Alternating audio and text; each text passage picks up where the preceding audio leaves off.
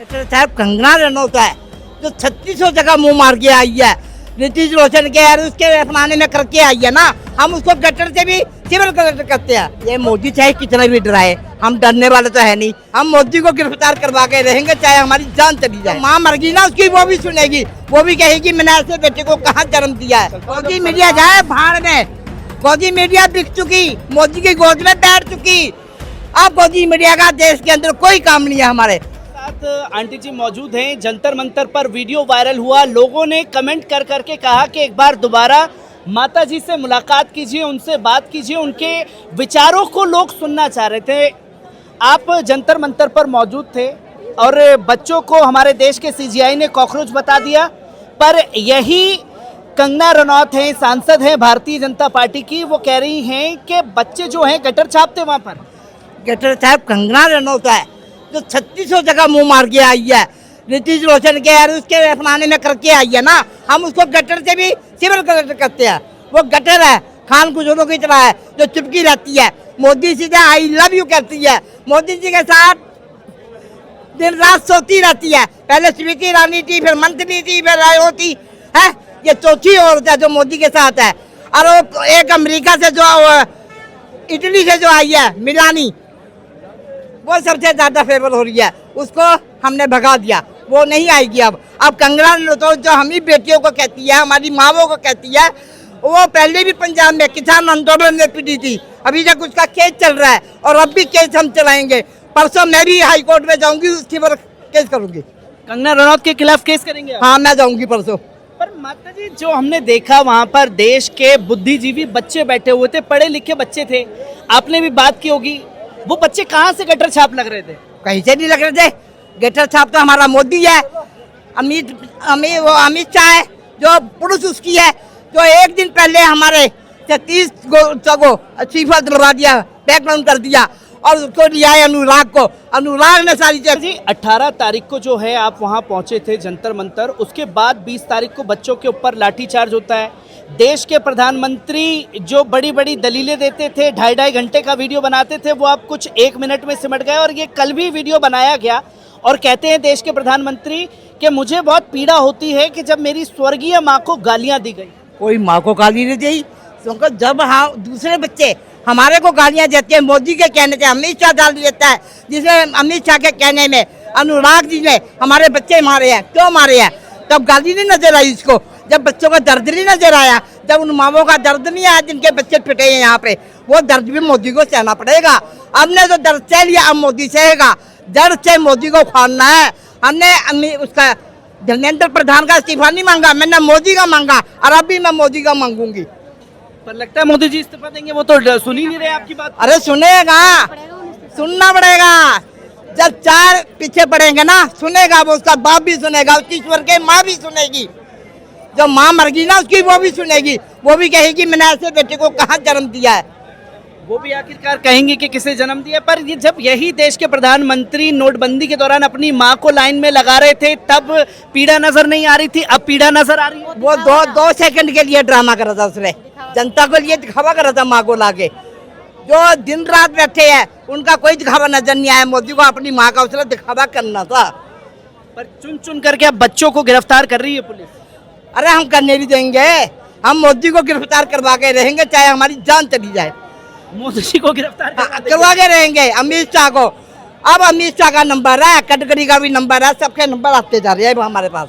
लगता है धर्मेंद्र प्रधान की तरह इस्तीफा देंगे? पक्का देंगे। सरकार को बाहर करके देंगे। ये आरएसएस की वो है जमात, आरएस की जमात है। आरएस इससे मिला हुआ, बजरंग दल इससे मिला हुआ है, शिवसेना इससे मिली हुई है। हम इनसे खबरान करेंगे। अब आरएस वाले की कमेटी हम नहीं बनने देंगे। पर बच्चे डरने वाले हैं, आप लोग डरने वाले हैं, ये डराने की राजनीति कर रहे हैं, लाठी चार्ज करके, गिरफ्तारियों का डर दिखा करके। ये मोदी चाहे कितना भी डराए, हम डरने वाले तो है नहीं। 2 लाठी मारिए, तीसरी और खाएंगे।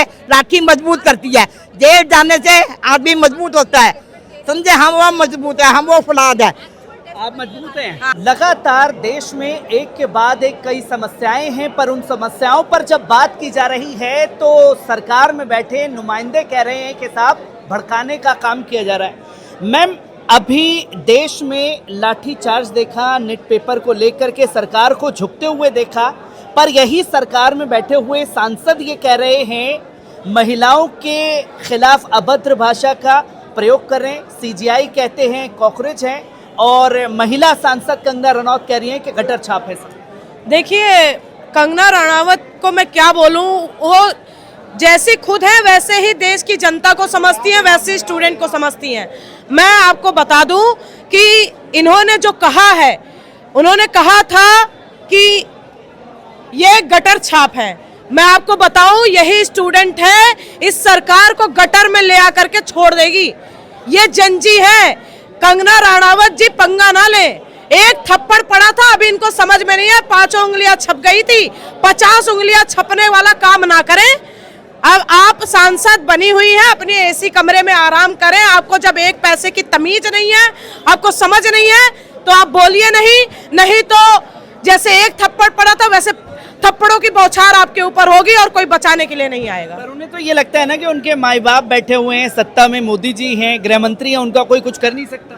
देखिए, जब थप्पड़ पड़ा था तब भी कोई कुछ नहीं कर पाया था, और जब उनको अभी समझ में नहीं आ रहा है, तो कंगना रनावत जी, मैं आपको बता दूं, देश की जनता को आप बेवकूफ समझना छोड़ दीजिए। ये देश की जनता है, आपको सबक सिखाएगी। अभी आप Z+ सिक्योरिटी लेकर घूम रही हैं, जिस दिन आप अकेले मिल गई तो आपको एक थप्पड़ पड़ा था। मैं फिर से कह रही हूँ, ये देश के जंजी हैं, आपको गटर में ले जाकर छोड़ देंगे। मैं कहना चाहूँगा कैमरामैन से कि एक बार दिखाएं कि मैम आज ये खास अंदाज में आप यहाँ पहुँचे हैं, गन्ना लेकर के पहुँचे, आखिरकार वजह क्या है इसकी? देखिए, जिस तरीके से ये मोदी सरकार पेट्रोल के अंदर गन्ने का रस मिला करके बेचने का काम कर रही है, और अपने जो चुनिंदा उद्योगपति दोस्त हैं, मिलों के मालिक हैं, उनको फायदा पहुंचाने का काम कर रही है। आज विरोध में इतनी हजारों की संख्या में जनता यहाँ पर टाउन हॉल मीटिंग में अरविंद केजरीवाल जी के आह्वान पर पहुंची हुई है, और लाखों की संख्या में ऑनलाइन लोग देख रहे हैं किस तरीके से मोदी जी और उनकी सरकार मिल करके लोगों का जेब काटने का काम कर रही है, उनके जेबों पर डकैती डालने का काम कर रही है। आज देश की जनता बहुत परेशान है। मैं आपको बताऊं कि 2023 से पहले की जो 30 करोड़ गाड़ियां सड़कों पे चल रही हैं, आज उनका माइलेज खत्म हो चुका है, इंजन सीज हो रहे हैं, पेट्रोल जो उनका फ्यूल टैंक था उसमें जंग लग रहा है, जो रबड़ था वो खराब हो रहे हैं। तो देश की जनता आज बहुत परेशान है, और सब जानती है कि मोदी जी कैसे इनडायरेक्टली उनके जेब को काटने की कोशिश कर रहे हैं, अपने दोस्तों को फायदा पहुंचाने के लिए। क्योंकि आपने बात किया, केजरीवाल जी का जिक्र किया, तमाम राजनीतिक पार्टियां जो हैं सड़कों पर उतर रही हैं, मनोज तिवारी हो, गडकरी हो, वो ये साफ तौर पर कह रहे हैं कि भैया जनता को भड़काने का काम कर रहा है विपक्ष। देखिए, नितिन गडकरी जी ने पहले बोला कि कोई भी दिक्कत आए तो आप मेरे पास आकर के कंप्लेंट कर सकते हैं, और अब वो अपने जो जिम्मेदारी है उससे पल्ला झाड़ रहे हैं। मैं पूछना चाहती हूँ कि क्या आप देश की जनता को बेवकूफ समझते हैं? पहले तो आप कहते हैं कि आप मेरे पास आकर के शिकायत दर्ज करा सकते हैं, फिर आप कहते हैं मेरी कोई जिम्मेदारी नहीं बनती है। तो आखिर जिम्मेदार है कौन? आप बताइए, हरदीप पुरी जी जो पेट्रोलियम मंत्री हैं, आखिर वो कहाँ छुप कर बैठे हुए हैं? वो जिम्मेदारी क्यों नहीं लेते हैं? आज आप मनोज तिवारी जी का जिक्र कर रहे हैं, तो मैं आपको बता दूं, वो तो नचनिया गवैया हैं, उनको एक पैसे की नॉलेज नहीं है। वो फिल्म इंडस्ट्री में ही अपना जो है बना बनाया काम को छोड़ करके यहाँ पर आकर के मलाई खाने की कोशिश कर रहे हैं, और देश की जनता सब जानती है, उन्हें एक पैसे की नॉलेज नहीं है। कि मैम अकाउंटेबिलिटी, जैसे कि जिक्र होता है अकाउंटेबिलिटी, बात करो पेट्रोलियम मंत्री से तो परिवहन मंत्री आएंगे, परिवहन मंत्री से बात करो तो फाइनेंस मिनिस्टर आकर के बयान देंगे। सरकार की अकाउंटेबिलिटी क्यों नहीं है? देखिए, सरकार की अकाउंटेबिलिटी इसलिए नहीं है क्योंकि उन्हें लगता है कि देश की जनता को हम गुमराह कर सकते हैं, इनको बेवकूफ बना सकते हैं। लेकिन अब जो आपने देखा होगा, जंतर मंतर पर लाखों के लाखों संख्या में युवा एकत्रित हुए, जंजी एकत्रित हुए, इनको डर लग चुका है। इसलिए पहले नितिन गडकरी जी सोच रहे थे अब तो इनको बेवकूफ बना देते हैं, लेकिन जैसे इन्होंने देखा कि लोग समझदार होने लगे हैं, तो ये इन्होंने कहा कि हमारी कोई जिम्मेदारी नहीं बनती। तो अकाउंटेबिलिटी ये लोग नहीं लेते हैं, लेकिन अकाउंटेबिलिटी देश की जनता है, इनको दिलवा कर रहेगी। जैसे धर्मेंद्र प्रधान जी का इस्तीफा हमने लिया है, और देश की जो जेनजी है उन्होंने ताकत दिखाई, जिसकी वजह से धर्मेंद्र प्रधान ने इस्तीफा दिया। हम चाहते हैं हरदीप पुरी जी जो कि पेट्रोलियम मंत्री हैं वो भी अपने पद से इस्तीफा दें। आपने मैम जेनजी का जिक्र किया, हमने लगातार देखा देश के प्रधानमंत्री कल सामने आए और जेनजियों का जिक्र किया और ये बताने की कोशिश की गई कि बहुत पीड़ा हुई मुझे कि मेरी स्वर्गीय माता जी को गालियां दी जा रही थी, पर देश के प्रधानमंत्री तब क्यों नहीं बोलते, आप कोई स्टेटमेंट दे दे, कोई बयान दे दे, इन्हीं के अंधभक्त आकर के आपको गालियां देते हैं। देखिए बात मेरी सिर्फ नहीं है, आप ये बताइए कि जब इतनी छात्राएं जो कि प्रदर्शन कर रही थी, अपने हक की आवाज उठा रही थी जंतर मंतर पर, उनको लाठियों से पीटा गया, उनको घसीटा गया, उनके प्राइवेट पार्ट्स पे मतलब जो मेल पुलिसकर्मी थे वो जा करके डंडे मार रहे थे, उनको हाथों से मार रहे थे, उनको गालियां दे रहे थे, भद्दी भद्दी गालियां इनके अंधभक्त आकर के देते हैं, तब मोदी जी की पीड़ा कहाँ जाती है? मैं पूछती हूँ, जब सीजीआई जो कि बैठ करके देश के जो स्टूडेंट्स है उनको कॉकरोच कहते हैं, तब इनकी पीड़ा कहाँ जाती है? ये समझते हैं कि भाजपा देश बन चुकी है और देश ही भाजपा है। तो मोदी जी, भाजपा अलग है और देश अलग है, और यही देश की जनता आपको सबक सिखाने का काम करेगी। चलिए देखिए कि माता जी का जोश जो है वो लगातार बरकरार है, जो अपने ही अंदाज में सरकार को अपनी बात पहुंचाने का काम कर रही हैं।